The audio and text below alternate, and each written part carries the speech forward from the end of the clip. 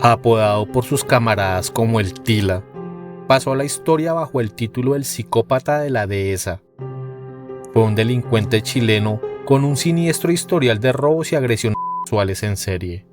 Surgido de las profundidades de la pobreza, sus embestidas tenían como blanco preferido los hogares de alta sociedad, en lo que parecía ser una compleja vendetta social. Fue detenido en junio de 2002, acusado del asesinato y desmembramiento de su pareja, la joven chilena de 16 años, Maciel Zúñiga, cuya tragedia se había desplegado apenas un mes antes. La trama adquiere un matiz más sombrío cuando en diciembre de ese mismo año decide poner punto final a su existencia desde el confinamiento de su celda, valiéndose de un insólito medio. Te invito a quedarte.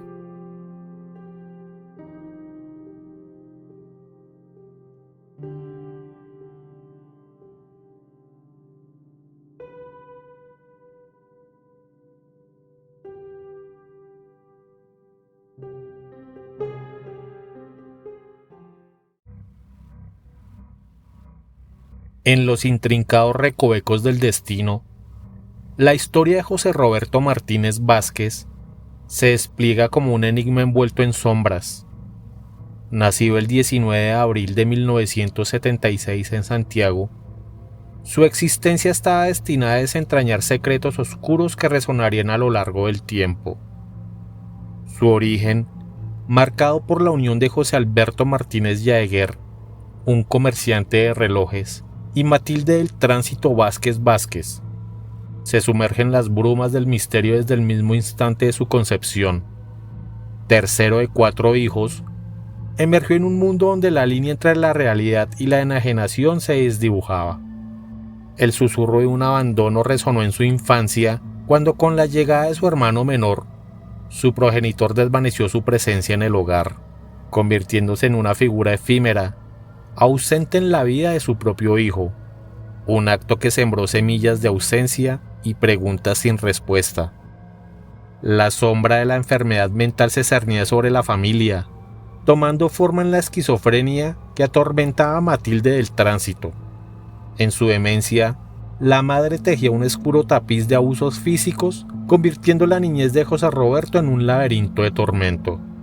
Y así, entre la neblina de los días y las sombras de los secretos familiares, la vida de José Roberto Martínez Vázquez se convierte en un enigma que despierta curiosidad de quienes se aventuran a explorar los intrincados caminos de su existencia, cargada de ausencias, abandono y la oscura danza de la esquizofrenia materna. En los primeros compases de su existencia, este individuo emergió en la penumbra de una familia peculiar.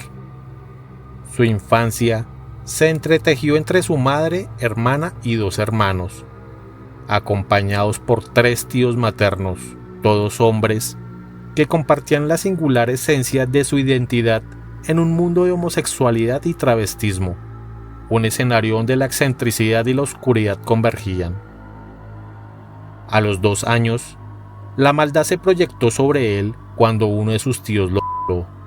Su inocencia se desvaneció entre las brumas de este abuso, que dejó una marca indeleble en los recovecos de su memoria. A la tierna edad de 4 años, las cadenas de la ley lo alcanzaron por primera vez, acusándolo de vagancia.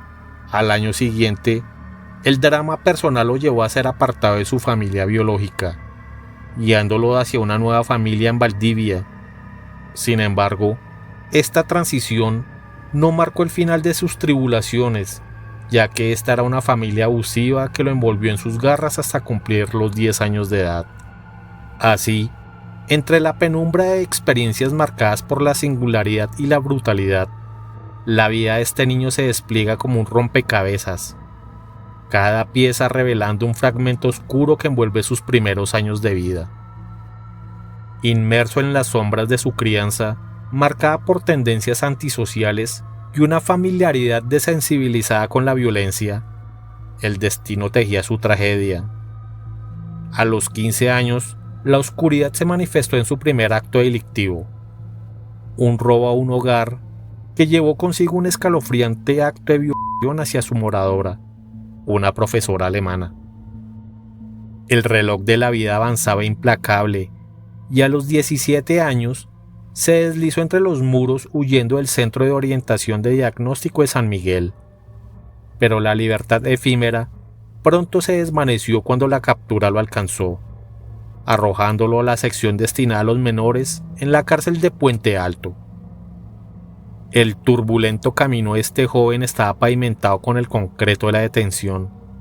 10 veces, las fuerzas del orden lo apresaron antes de que la mayoría de edad llegara a su puerta, marcando así el prólogo de un misterio que se desarrollaría en las celdas de la cárcel y más allá. En el umbral de la adultez, se desató una metamorfosis en su actitud, llevándolo a adentrarse en el programa de rehabilitación Tu Vida Cuenta, Cuenta Tu Vida. Bajo esta iniciativa, su destreza en el dibujo, la poesía y la canción floreció, conquistando premios que destilaban una chispa de redención. Sin embargo, la esperanza de reintegrarse a la sociedad chilena se desvaneció abruptamente cuando se vio envuelto en un violento asalto en Locurro, siendo recluido en el Centro de Cumplimiento Penitenciario Colina 1. Entre rejas, su aura singular captó la atención de los demás reclusos, elevándolo a la categoría de líder en los corredores sombríos de su tiempo tras las rejas. Inmerso en la búsqueda de conocimiento, devoró libros de mecánica mientras fraguaba planes de una nueva vida como ladrón de autos. La peligrosidad que destilaba llevó a su traslado al Colina 2, profundizando el misterio que envolvía su figura. En un último destello de libertad, alcanzó los 25 años, cerrando un capítulo intrigante en la crónica de un hombre marcado por la dualidad entre la luz de la rehabilitación y la sombra de su pasado. En los ocultos pliegues del tiempo, a menos de un mes de recobrar su libertad, se introdujo furtivamente en un apartamento del edificio Jardines de Vitacura, en la calle Bartolomé de las Casas. Como un espectro entre las sombras, ató a sus víctimas, los moradores del hogar, frustrado por su falta de cooperación. En un ritual macabro que ya se perfilaba como su modus operandi, violó a la mujer del hogar frente a los ojos impotentes de su esposo, antes de sumirse en un sueño perturbador. El alba del día siguiente lo vio retirarse del escenario del crimen, deslizándose por los túneles del metro, mientras el misterio se espesaba como un velo oscuro. Un interludio de 9 meses, como una pausa inquietante, precedió su próximo acto delictivo. Este modus operandi siniestro se replicó en varios episodios, acumulando un año entero de robos incesantes, cada uno cargado con la oscura sombra de la violación.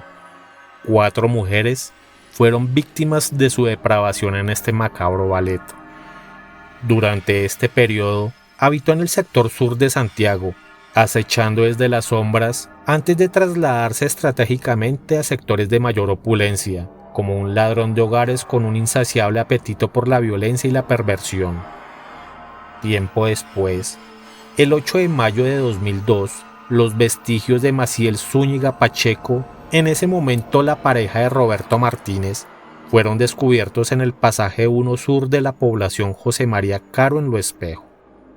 Según el relato de Martínez, el horrendo acto se gestó después de que Maciel decidiera interrumpir el embarazo de su hijo no nacido. Bajo la influencia siniestra de Martínez, ella accedió a la perversa práctica de atar sus manos como parte de un juego sexual, solo para ser apuñalada implacablemente en la garganta después de horas de manipulación psicológica. Este escalofriante relato continuó con la descuartización y la macabra incineración de su cadáver, añadiendo otra capa de horror a este oscuro episodio. Después de cometer 2 robos adicionales, el 12 de junio la Policía de Investigaciones de Chile finalmente lo aprehendió por el asesinato de Zúñiga. En un giro inesperado, las semanas de intensa investigación revelaron que este sádico asesino era de hecho el esquivo violador en serie más buscado de la nación. En las entrañas del Centro de Cumplimiento Penitenciario Colina 2, Roberto Martínez se sumió en las sombras de su propia perdición. El 14 de diciembre de 2002, En medio de un apagón que envolvió toda la comuna en oscuridad, su existencia alcanzó su trágico epílogo. Con un cable de una máquina de escribir eléctrica como siniestra herramienta, Martínez decidió sellar su destino, librando su última batalla en un acto de suicidio. El día siguiente, su cuerpo encontró reposo en el sombrío patio 8 del cementerio metropolitano, pero la historia no concluyó allí. Sus viles actos arrojaron su presencia a una tumba común, relegando su memoria a la oscuridad de la indiferencia. La horripilante historia de Roberto Martínez, un capítulo tenebroso de Chile, llegó a su fin con su desaparición voluntaria. Su existencia, tejida con hilos de violencia, abuso y crimen, se desvaneció en el silencio de la muerte, dejando tras de sí un rastro de sufrimiento y misterio. En el cierre de su historia, marcado por la soledad de una tumba común, ilustra la penumbra que envolvió su vida. El olvido financiero se cierne sobre su última morada, como un recordatorio de la complejidad y la indiferencia que a veces caracterizan nuestras interacciones con los oscuros episodios de la humanidad. La película El Tila, Fragmentos de un psicópata, intentó desentrañar los fragmentos perturbadores de su muerte, pero el enigma de Martínez persiste en el tejido de la conciencia colectiva. Su historia, aunque trágica y oscura, plantea preguntas sobre la naturaleza humana, la violencia y la capacidad de redención. Roberto Martínez, en su ausencia, se convierte en un espejo incómodo en el que la sociedad se refleja, recordándonos la importancia de abordar las raíces profundas de la violencia y la necesidad de comprender y abordar las sombras que acechan en las vidas de aquellos que se pierden en el oscuro laberinto de la depravación. Su legado, aunque sombrío, ofrece una oportunidad para la reflexión y la búsqueda de soluciones que eviten que nuevas historias sigan sus mismos pasos hacia el abismo de la tragedia. Si deseas seguir explorando historias intrigantes y reflexionar sobre la complejidad de la mente humana, te invitamos a suscribirte a nuestro canal para estar al tanto de nuevos relatos y descubrimientos.